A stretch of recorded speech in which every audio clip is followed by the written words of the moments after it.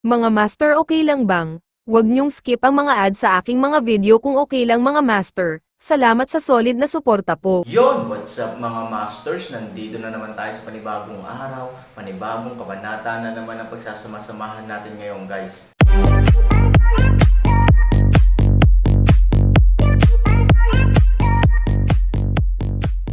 Bali mga masters, kung bago ka pa lang po sa aking YouTube channel, please click the subscribe button, lalong-lalo na po yung notification bell guys, para maging connected pa rin tayo sa isa't isa at maging updated kayo sa mga susunod ko pang video.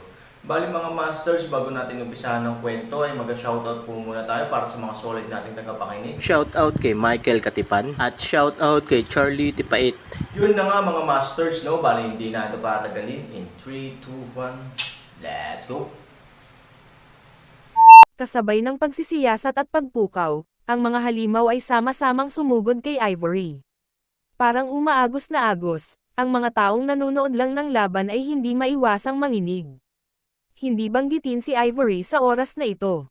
Bagamat maganda ang kanyang cultivation base, siya ay isang babae lamang pagkatapos ng lahat, at siya ay isang babae pa rin na may nasugatan na purple na pag-ibig, at ang mga pag-atake ng airtight sa kanyang paligid ay parang isang malaking lambat. Bagamat pinoprotektahan ni Ivory si Ziking, lumaban siya ng husto, sinusubukang makalusot sa pagkubkob. Pero parang pinipilipit lang ng braso ang hita ng iba pero parang elepante pa rin. Nakalusot lang ito ng kaunti, at tuluyan na itong nilubog sa itim na agos. Hay nako, sayang naman. Nang makita ito, umiling si Peihu, pagkatapos ay tumingin muli sa babae ng pamilyang Pei sa likod niya. Halika, nakita na ninyo itong lahat. Ang kawalan ay ang bansa at ang lungsod. Sa katunayan, ito ay isang pag-aaksaya ng balat at basura. Sa kanilang hitsura, kahit gaano sila kaswert, makakahanap sila ng isang mayamang pamilya sa buhay na ito, hindi banggitin ang pag-obserbo sa mundo, ngunit hindi bababa sa hindi sila mag-alala tungkol sa pagkain at pananamit, at sila ay puno ng kayamanan. Siyempre, dahil lang sa maling tao ang nakikita nila, nakita mo na ngayon ang mga ganoong field. Kaya, totoo ang sinabi ng mga sinaunang tao. Ang lalaking ito ay natatakot na mapunta sa maling propesyon, at ang babae ay natatakot na magpakasal sa maling lalaki. Kung ang krisis sa ating pangunahing lungsod ay naaalis sa pagkakataong ito, sana kayong mga anak ng pamilya Pei ay maaaring makakita ng mga tao ng tumpak sa hinaharap. Ito ay isang madugong aral.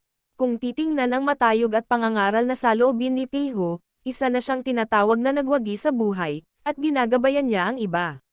Paulit-ulit na tumango ang lahat, at masunurin.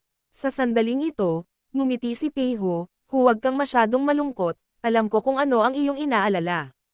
Ang mood ng lahat ay hindi masyadong mataas, malinaw na alam ng lahat na kahit na ang dalawang babaeng Suying Xia ay namatay sa trahedya, sila ay naging isang biro, ngunit ang bagay na ito ay hindi magtawanan ng mahabang panahon.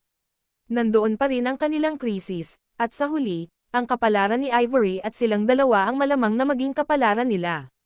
Buti na lang hindi ko nakikita ang madugong eksenang ito bago bumaba, pero ngayon nakita ko na ito ng sarili kong mga mata, paano ako magiging emosyonal. Walang masama, ibig sabihin, natatakot akong mapunta ka sa katulad nila. Gayunpaman, dahil naglakas loob akong turuan ka, wala ka bang panlasa? Tumawa ng mahina si Peihu. Nang makitang si Peihu ay lubos na nagtitiwala, isang grupo ng mga tao ang labis na nataranta, hindi alam kung anong gamot ang gusto niyang ibenta sa lang. Ang mga nasasakupan sa tabi ni Peihu ay hindi napigil ang sabihin, hindi mo ba nararamdaman na may biglang kulang?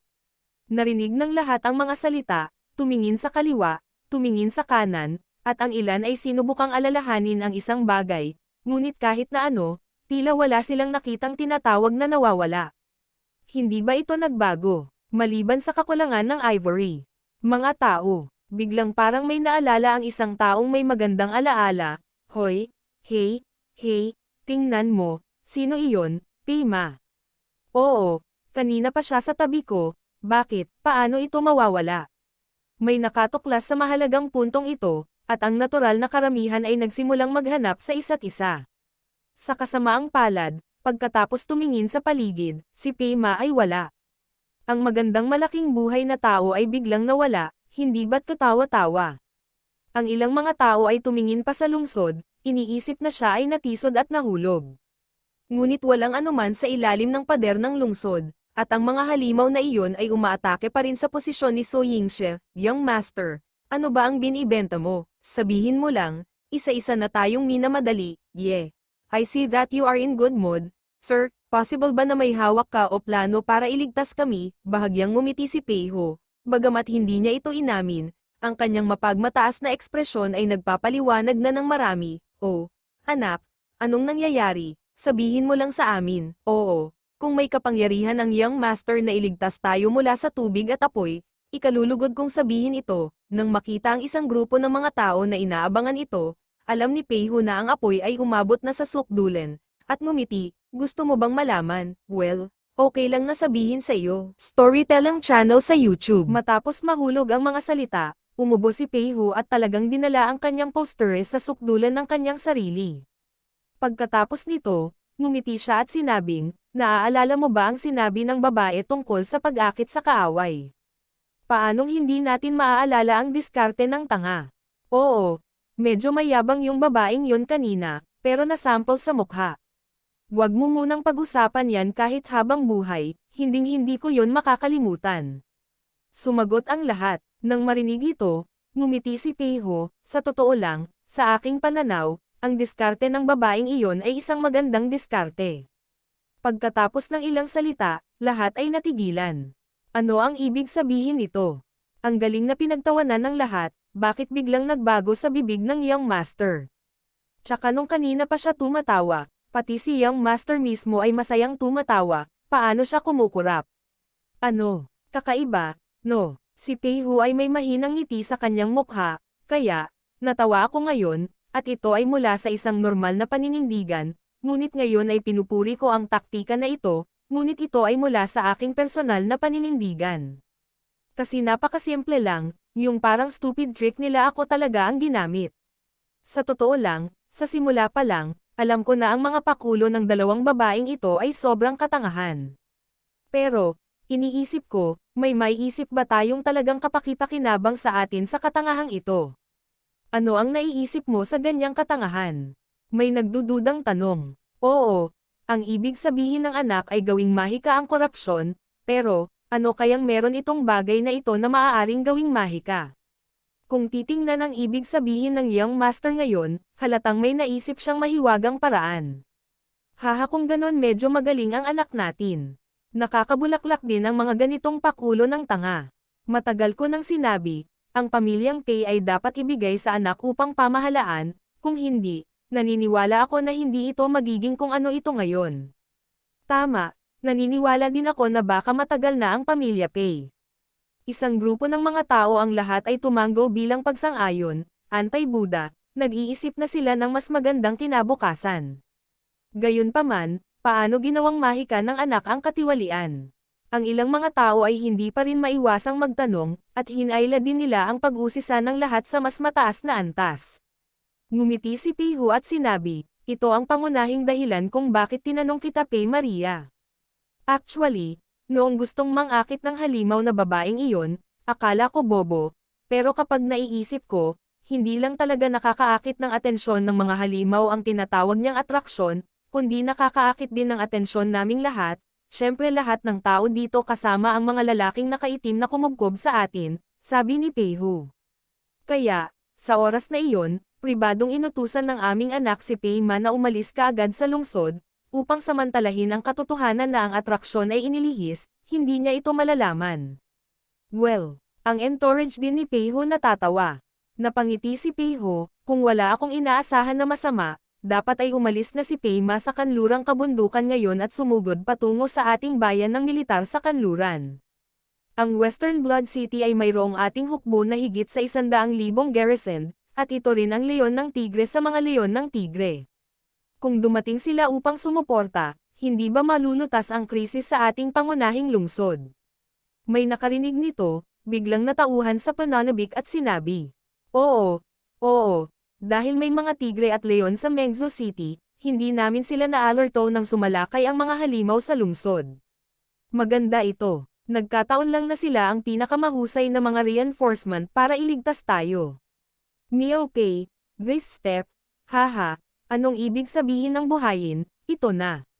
Tama, para sabihin ang totoo, sa ilalim ng ganoong krisis, nakalimutan ko ang tungkol kay Meng Shicheng. Hindi ko inaasahan na magiging kalmado at kalmado ang Young Master, gaya ng inaasahan sa magiging may-ari ng aking pamilya. Ano ang magiging patriarch? Sa aking palagay, ang anak natin ang kasalukuyang patriarch. Ayon sa mga alituntunin, isang malaking bagay na sabihin ang ganoong bagay, ngunit ang mga taong ito ay nagpahayag ng mga ganoong salita sa oras na ito, malinaw na naabot na nila ang tuktok ng kanilang determinasyon na suportahan si Peiho. Upang yakapin ng mahigpit ang kanyang hita, maaari pa niyang huwag pansinin ang iba. Tuwang-tuwa si Peiho, ngunit ikan-away pa rin niya ang kanyang kamay sa kanyang mukha, mahal ka ng lahat. Nang mahulog ang mga salita, lumingon si Peiho at tumingin sa ilalim ng lungsod. Nagmamadali pa rin ang mga halimaw doon patungo sa gitna, ngunit hindi niya makita kung ano ang nangyayari sa dalawang babae sa gitna. Siguro, tumpok pa rin sila ng buto. Mag-ulat, sa panlabas na bilog, nakatitig din si Mingyu sa gitna ng grupo ng halimaw.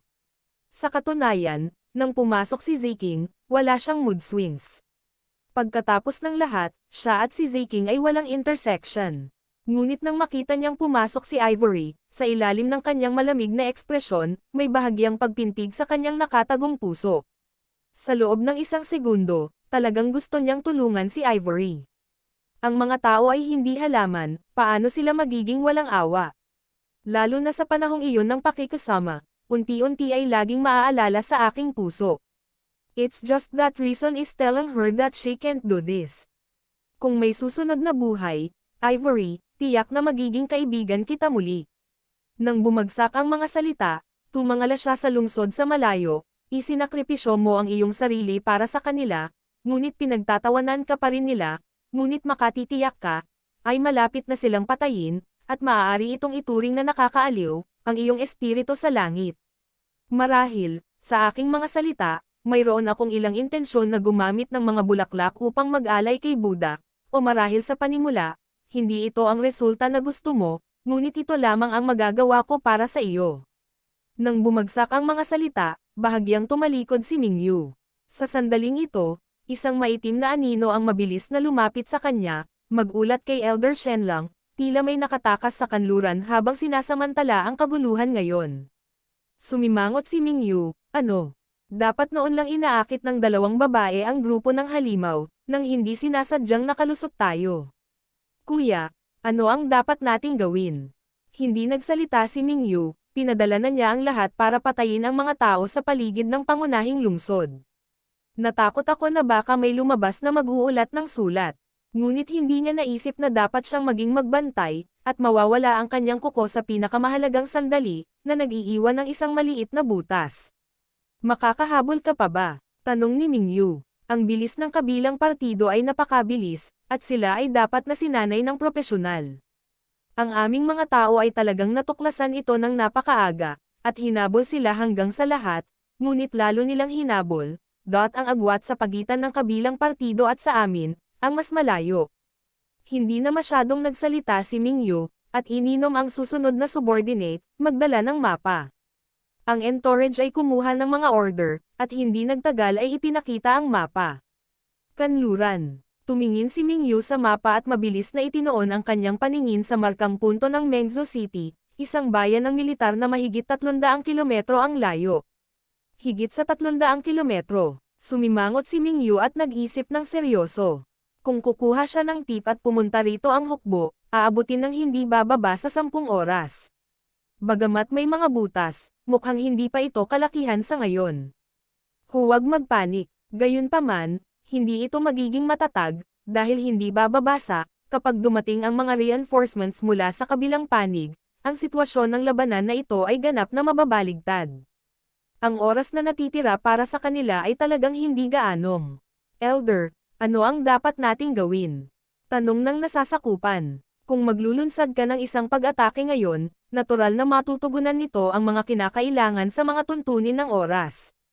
Pagkatapos ng lahat, ang mas maaga ay maaari mong pag-atake at sakupin ang pangunahing lungsod, mas mabuti, ngunit ang problema ay mayroon pa ring malaking bilang ng mga halimaw na kumukubkob sa lungsod.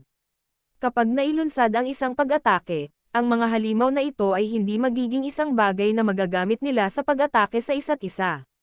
Sa kabaligtaran, ang mga halimaw na ito ay magiging susi sa pagdudulot ng kaguluhan para sa kanilang sariling panig. Kaya, kung aatake, o hindi, at kung kailan ang timing, mahalaga. Napakunot ng noo si Mingyu, hindi alam ang gagawin. Saglit itong pinag-isipan ni Zuyan Shua. Maya-maya, parang may naisip siya. Pagkatapos, naglakad siya sa harap ni Minggayo ng ilang hakbang. Matapos makuha ang sagot ni Minggayo, tahimik niyang inilapit ang sarili sa tenga ni Minggayo at nagsalita ng ilang salita. Matapos pakinggan ang kanyang mga salita, medyo nag-aalangan pa si Mingyu, posible ba ito? Sa tingin ng aking mga nasasakupan ay magagawa ito. Ngumiti si Zuyan Shua. Nag-isip sandali si Mingyu at tumango. Ang pamamaraang ito ang dapat na pinakamahusay na paraan. Nang bumagsak ang mga salita, ngumuso si Mingyu sa kanyang entourage, at agad na pinangunahan ng entourage ang utos, sige, patres ang tropa. Nagtaka ang mga tagasunod kung mali ba ang narinig ng kanilang mga tainga. Malayo ang pinanggalingan nila, at umatake sila dito ng malakas na momentum, kaya may advantage sila. Sa sandaling ito, talagang humiling ang matanda na umatras. Hindi ba ito nagbibigay ng kanyang kalamangan? Sabi ko, retreat, malinaw na ba? Malamig na sabi ni Mingyu. Narinig ng entourage ang mga salita, bagamat nabigla, ngunit nang makita ang mukha ni Minggayo ay hindi nasisiyahan, tumango na lamang siya ng masunurin, at nagmamadaling mag-deploy. Di nagtagal, natuklasan ng pamilyang Pei sa pangunahing pader ng lungsod ang isang hindi kapani-paniwalang sitwasyon. Yun na nga mga masters, no? Bali panibagong kabanata na naman yung natapos natin ngayong gabi. Muli, maraming salamat po talaga sa walang sawang suporta po sa aking YouTube channel na talagang inaabangan nyo po ang bawat upload ko po. Bali mga masters, magkita-kita ulit po tayo bukas ng gabi at ngayon po ay magpapaalam po muna tayo. Bali mga masters, bye-bye!